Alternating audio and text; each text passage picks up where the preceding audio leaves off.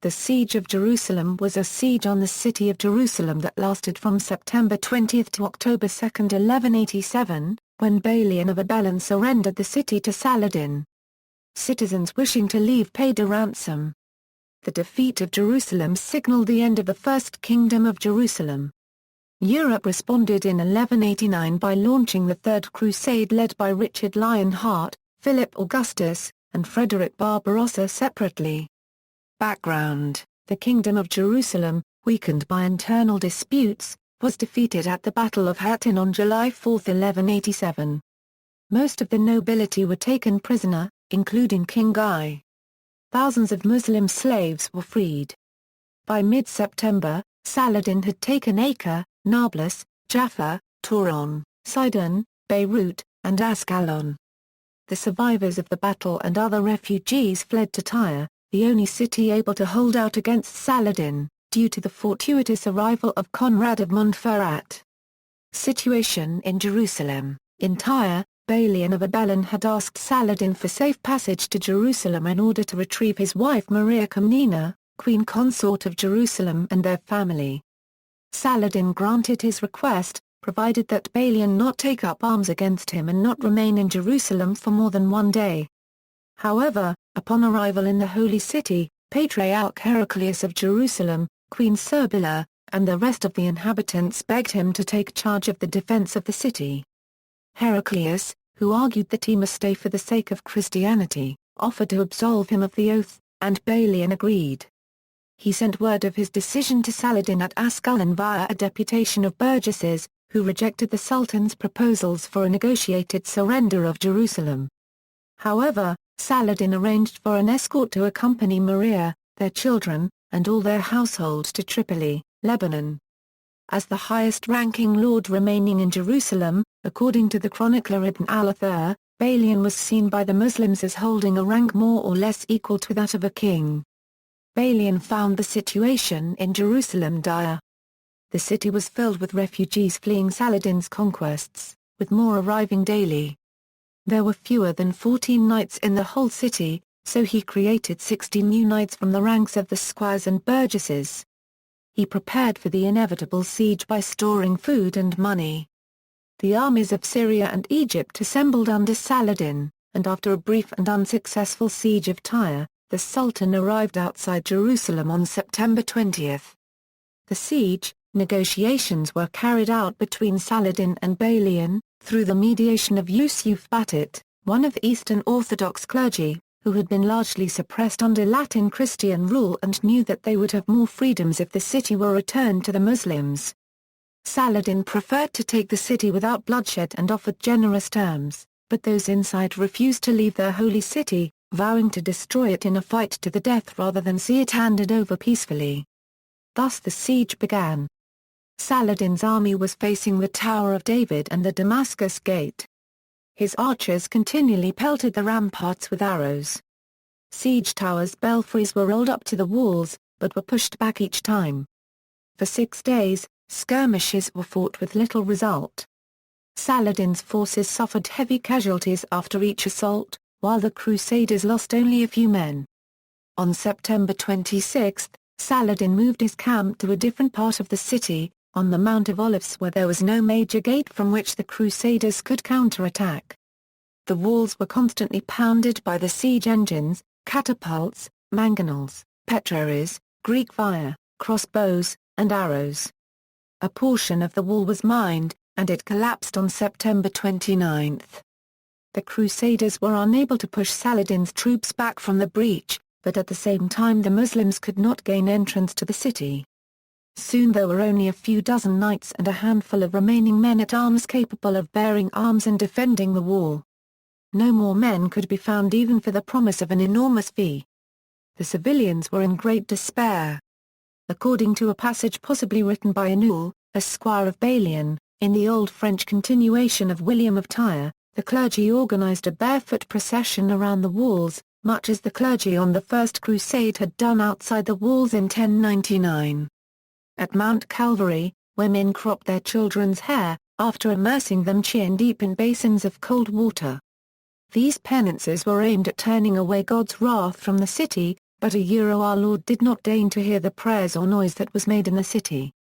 For the stench of adultery, of disgusting extravagance and of sin against nature would not let their prayers rise to God. At the end of September, Balian rode out with an envoy to meet with the Sultan, offering the surrender that he initially refused. Saladin told him that he had taken an oath to take the city by force and would only accept an unconditional surrender. He pointed out to him that his banner had been raised on the city wall. However, his army was driven back. Balian then threatened Saladin that his army would destroy the city along with the holy places, slaughter their families and the Muslim slaves who numbered 5,000 and burn all the wealth and treasures of the Crusaders. After lengthy negotiations, terms of surrender were agreed since Saladin wanted to take the city by as little bloodshed that he could. The Crusaders were to unconditionally surrender and could leave by paying a ransom of 10 dinars for men, 5 for women and 2 for a child, and those who couldn't pay would be enslaved.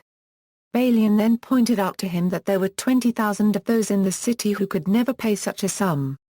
Saladin was then willing to accept 100,000 dinars to free all the 20,000 Crusaders who were unable to pay.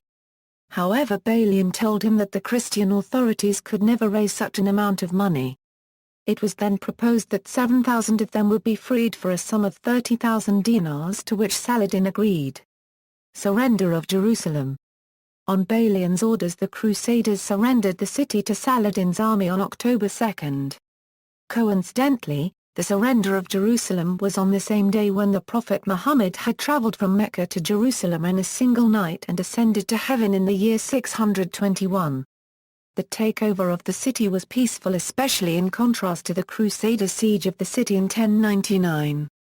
Balian paid 30,000 dinars for freeing 7,000 of those unable to pay from the treasury of the city.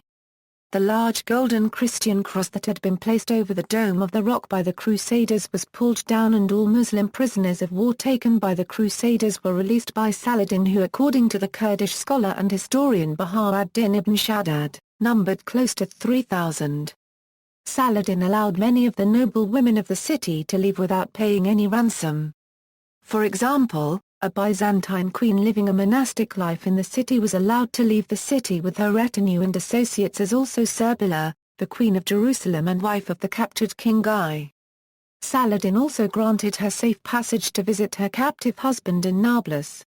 The native Christians were allowed to remain in the city, while those of Crusader origin were allowed to leave Jerusalem for other lands along with their goods through a safe passage via Akko by paying a ransom of 10 dinars.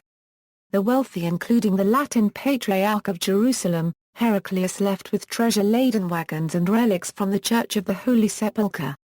The Crusaders took the ornaments and treasures of their churches with them. The wealthy and the Crusaders didn't bother to ransom the poor who were unable to pay, leaving them to be ransomed into slavery. Saladin's brother, Al-Adil, was moved by the sight and asked Saladin 1,000 of them as reward of his services. Saladin granted his wish and Al-Adil immediately released them all. Heraclius, upon seeing this, was delighted to find such a cheap way of doing good and asked Saladin for some slaves to liberate.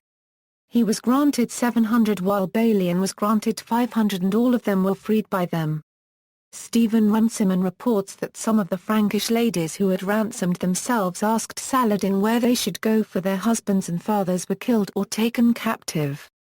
He then promised to free their husband and gave money and gifts to the widows and orphans of men according to their estates from his personal treasury.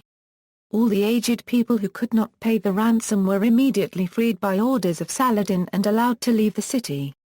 He then proceeded to free 1,000 more captives upon request of Muzaffar al-Din ibn Ali Kushik, who claimed they were from his hometown of Yafa. In order to control the departing population, he ordered the gates of the city to be closed. At each gate of the city a commander was placed who checked the movement of the Crusaders and made sure only those who paid the ransom left the city. The Grand Masters of the Templars and Hospitallers were approached to donate money for the release of the poor Crusaders. However, they refused and a riot almost erupted, after which they were forced to donate the money. Saladin then assigned some of his officers the job to ensure safe arrival of the Crusaders in Christian lands. 15,000 of those who could not pay the ransom were ransomed into slavery. According to Imad ad-Din al-Isfahani, 7,000 of them were men and 8,000 were women and children. Amazed by the amount of treasure carried away by the Crusaders, he reported to Saladin that the value of the whole treasure could not be less than 200,000 dinars. The ransomed inhabitants marched away in 3 columns. The Templars and Hospitallers led the first 2, with Balian and the Patriarch leading the third. Balian joined his wife and family in County of Tripoli. Some of the refugees went first to the County of Tripoli, which was under Crusader control. They were denied entrance and robbed of their possessions. Others went on to Antioch, Cilicia, Byzantium and Egypt. Some boarded Italian ships heading for Europe. Christian pilgrimages were allowed to Jerusalem. To solidify Muslim claims to Jerusalem, many holy sites, including the shrine later known as Al-Aqsa Mosque, were ritually purified with rose water. Christian furnishing were removed from the mosque and it was fitted with oriental carpets. Its walls were illuminated with text from Quran and candelabras. The Orthodox Christians and Jacobites were allowed to remain and to worship as they chose. The Byzantine Emperor, Isaac Angelus, sent a message to Saladin congratulating him on taking the city, requesting him to convert all the churches in the city back to the Orthodox Church and all Christian ceremonies to be performed according to the Greek Orthodox liturgy. His request was granted, however the rites of other sects were preserved. The local Christians were allowed to pray freely in their churches and the control of Christian affairs was handed over to the Byzantine Patriarchate. Saladin went on to capture a number of other castles that were still holding out against him, including Beauvoir, Querrac, and Montreal, and returned to Tyre to besiege it for a second time. Meanwhile, news of the disastrous defeat at Hattin was brought to Europe by Josias, Archbishop of Tyre, as well as other pilgrims and travellers, while Saladin was conquering the rest of the kingdom throughout the summer of 1187. Plans were immediately made for a new crusade. On October 29, Pope Gregory VIII issued the bull Audita Tremendi, even before hearing of the fall of Jerusalem. In England and France, the Saladin tithe was enacted in order to finance expenses. The Third Crusade did not get underway until 1189, in 3 separate contingents led by Richard Lionheart, Philip Augustus, and Frederick Barbarossa. References. Bibliography, Armin Maalf, The Crusades Through Arab Eyes. London, 1984. Crusades.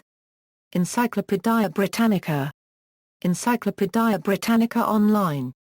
Encyclopædia Britannica, 2011. Web October 24, 2011. http://www.britannica.com Topic Crusades. James A. Brundage, The Crusades, A Documentary Survey. Marquette University Press, 1962. Kenneth Seton, ed. A History of the Crusades, Vol. I. University of Pennsylvania Press, 1958. Peter W. Edbury, The Conquest of Jerusalem and the Third Crusade, Sources and Translation. Ashgate, 1996. P. M. Holt, The Age of the Crusades, The Near East from the 11th Century to 1517. Longman, 1986. R. C. Smale, Crusading Warfare, 1097–1193. Cambridge University Press, 1956. Stephen Runciman, A History of the Crusades, Vol. 2, The Kingdom of Jerusalem and the Frankish East, 1100–1187. Cambridge University Press, 1952.